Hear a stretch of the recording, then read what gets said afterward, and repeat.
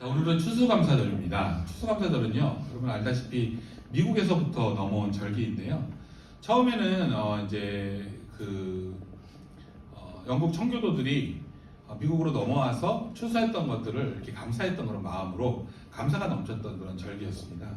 시간이 지나면서 많이 퇴색해 버렸고요. 지금은 그냥 미국도 그냥 놀고 먹고 쉬고 그냥 날로 전락해 버렸습니다.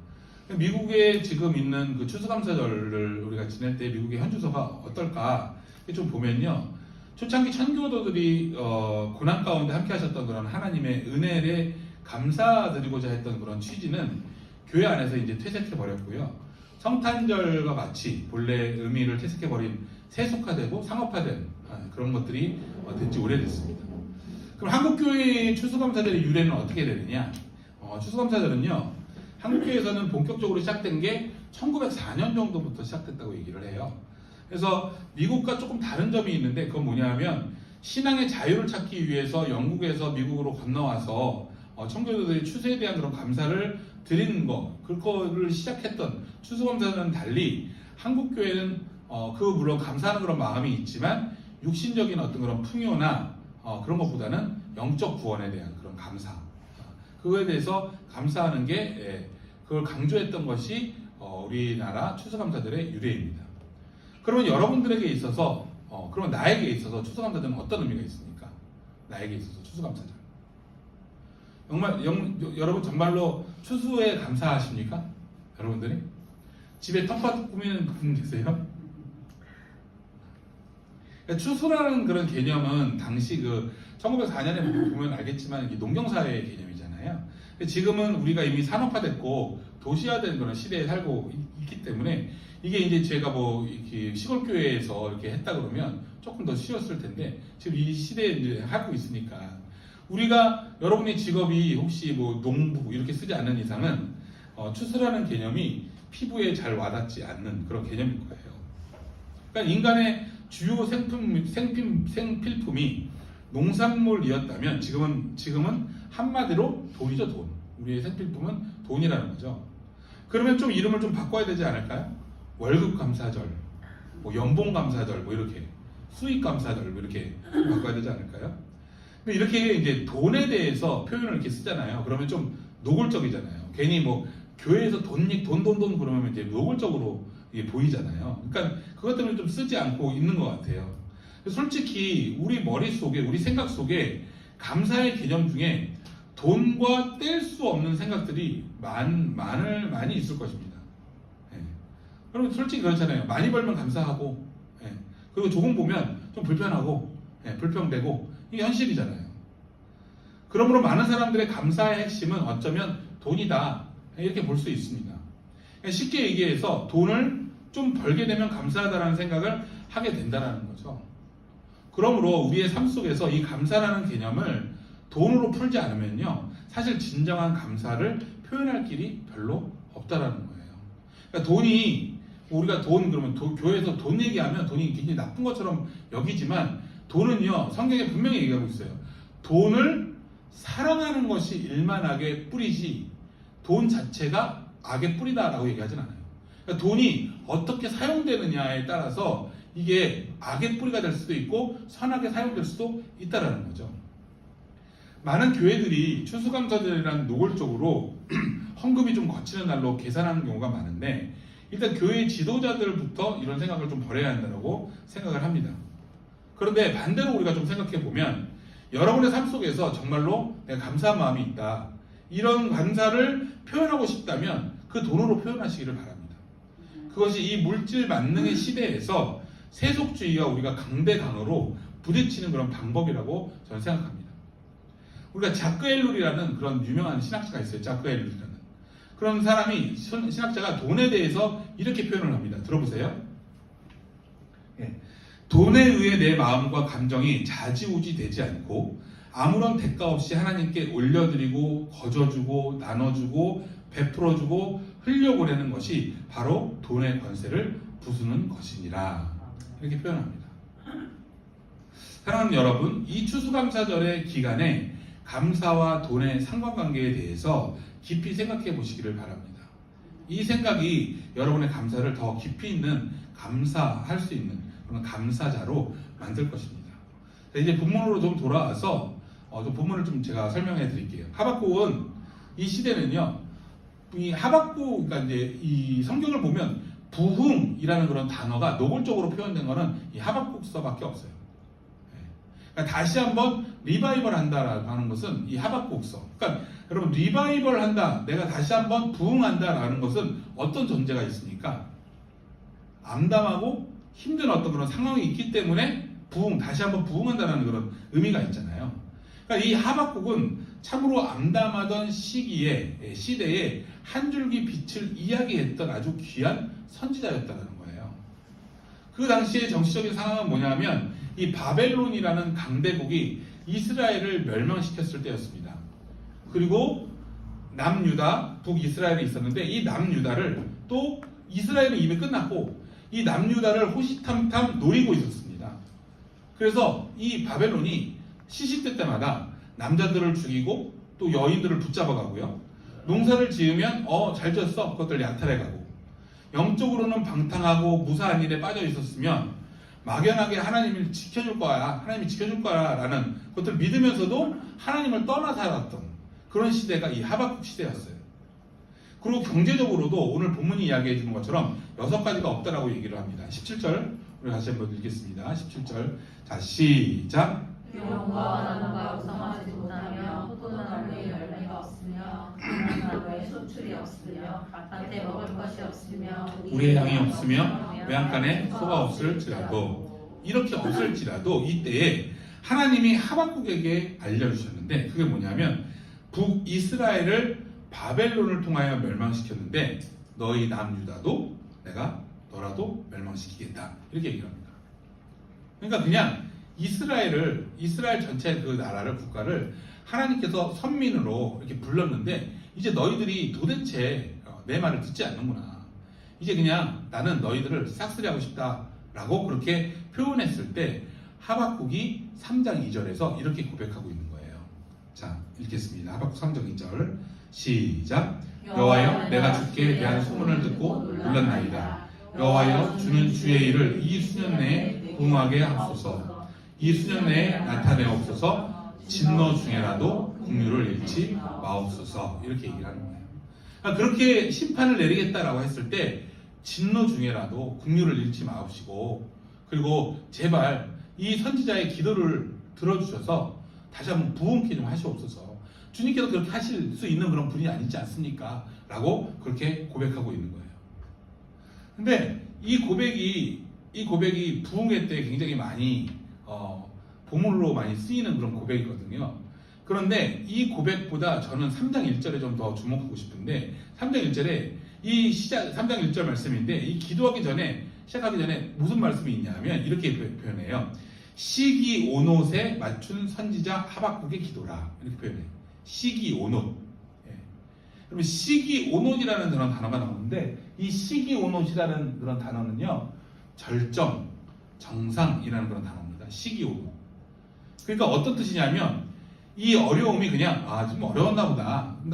지금 나라가 좀 어렵나 보다. 우리도 뭐 나라가 어렵다, 경제가 어렵다, 뭐 이런 얘기 많이 하잖아요. 근데 그런 정도의 어려움이 아니라 이 어려움은요, 절정의 어려움이었다는 거예요. 절정의 어려움. 그러니까 네 나라가 이제 없어지느냐 안 없어지냐의 이 절정의 어려움 속, 이 정상적인 어려움 속이라는 거예요. 그 속에서 하박국이 이렇게 기도하고 있는 거예요. 어려운데도 이런 기도가 나온다는 거예요. 어떤 기도가 나오느냐? 19절 말씀입니다. 자, 시작. 주 여호와는 나의 힘이시라. 나의 발을 사슴과 같게 하사 나를 나의 높은 곳으로 다니게 하시리로다. 아멘. 여러분, 사슴들은요, 낮은 곳에서 풀을 뜯어 먹고요, 물을 마셔요. 그 다음에 높은 곳으로 막 뛰어 올라간대요. 이것들을 굉장히 좋아하는 게 사슴의 특징이랍니다. 사슴은 먹고 나면 높은 곳으로 올라가서 기분 좋게 사는 그런 동물입니다. 여러분, 높이 다니면 감사가 흐른다는 거예요. 하박국의 기도의 핵심의 뜻이 뭐냐면 높이 다녀라, 높이. 그러니까 낮은 것을 보면서, 나보다 더 낮은 것을 보면서 불평하지 말고, 나는 왜 이렇게 낮아? 라고 불평하지 말고, 내가 없는 것을 보면서 불평하지 말고 높은 곳을 봐라. 사슴과 같게 하사 바로 나의 높은 곳을 다니게 하신다. 주님께서 힘이시기 때문에 높은 곳을 봐야 된다라고, 하나님을 봐라라고 우리에게 가르쳐 주는 거예요. 자, 우리가 오늘 읽은 본문 다시 한번 보시면 비록 무화과 나무가 무성하지 못하고 포도나무에 열매가 없고 뭐 다 없다고 해요. 여러분, 낮은 곳을 보면 불평이 나오죠. 낮은 곳을 보면 6가지가 없대요. 무화과 나무, 포도나무, 감람나무, 밭의 식물, 우리의 양, 외양간의 소, 되는 것이 없습니다. 부족한 뿐입니다. 그러나 사슴과 같이 높은 곳으로 다니게 된다면 감사와 즐거움이 우리에게 있을 줄 믿습니다. 2009년에 나온 미국 영화 중에 러브 해픈스라는 그런 영화가 있어요. 러브 해픈스라는 영화가 있는데 그 영화의 한 장면입니다. 이 자기개발서, 그러니까 그때는 뭐 이렇게 리더십, 멘토십, 뭐 자기개발서 이게 굉장히 유행했던 그런 때였거든요. 근데 자기개발서를 쓴 주인공은 이제 주인공이 이제 그 책을 이제 집필했는데 이 사람들에게 이제 어려움을 어떻게 이겨내느냐의 방법에 대해서 막 강의를 하고 있었어요. 근데 갑자기 주인공이 강의를 하다 말고 사람들을 데리고 건물 밖으로, 야 나오십시오 그러고 막 건물 밖으로 막 데리고 나갑니다. 그랬더니 사람들이 이제 쭉 우르르 나갔어요. 이제 그 강의자가 나오라고 하니까. 그러면서 이제 사람들에게 갑자기 차도에 막 이렇게 뛰어들게 합니다. 들으라고 사람들한테 얘기합니다. 그러니까 여러분, 갑자기 막 차도에 뛰어들라고 하니까 어떤 광경이 펼쳐지겠어요? 그러니까 거리를 지나다 막 차들이 클락션을 막 눌러대기 시작하고, 막 운전자들이 창문을 열고 막 욕하고 막 이렇게 나르는 거예요. 급정지한 차들로 인해서 그 순간 일대가 막 아수라장이 막 되어버리는 거예요. 근데 이제 그때 이 자기발서 쓰는 주인공이 물어보는 거예요. 사람들한테. 무엇이 들립니까, 여러분? 무엇이 보여요? 이렇게 물어보는 거예요. 그러니까 사람들이 대답합니다. 자동차요. 복잡한 도로요. 경적 소리요. 앰뷸런스요. 운전자들의 욕하는 소리. 자동차 소음. 복잡합니다. 시끄럽습니다. 빨리 벗어나고 싶습니다. 이렇게 얘기를 하는 거예요. 그러니까 사람들이 그 주인공이 그럼 다시 들어오십시오. 라고 얘기를 하는 거예요. 그리고 엘리베이터를 타고 같이 옥상으로 이렇게 올라가는 거예요. 그리고 사람들에게 옥상에 올라가서 쭉 보면서 물어보는 거예요. 무엇이 보입니까? 이제 무엇이 들리고 보입니까? 이렇게 얘기를 하는 거예요. 그러니까 사람들이 아까와는 전혀 다른 대답을 하는 거죠. 아, 밑에서는 몰랐는데 저 멀리 바다가 보입니다. 구름 한 점 없는 하늘이 보이네요. 저 아래 도로에 가지런히 놓인 차들이 천천히 움직이고 있네요. 참 평온하고 조용합니다. 아름답습니다. 이렇게 얘기를 하는 거예요.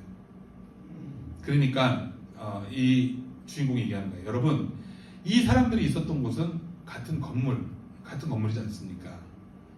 다만 다른 게 있다면 건물 아래서 본 광경과 건물 위에서 본 광경이라는 것다라는 거예요.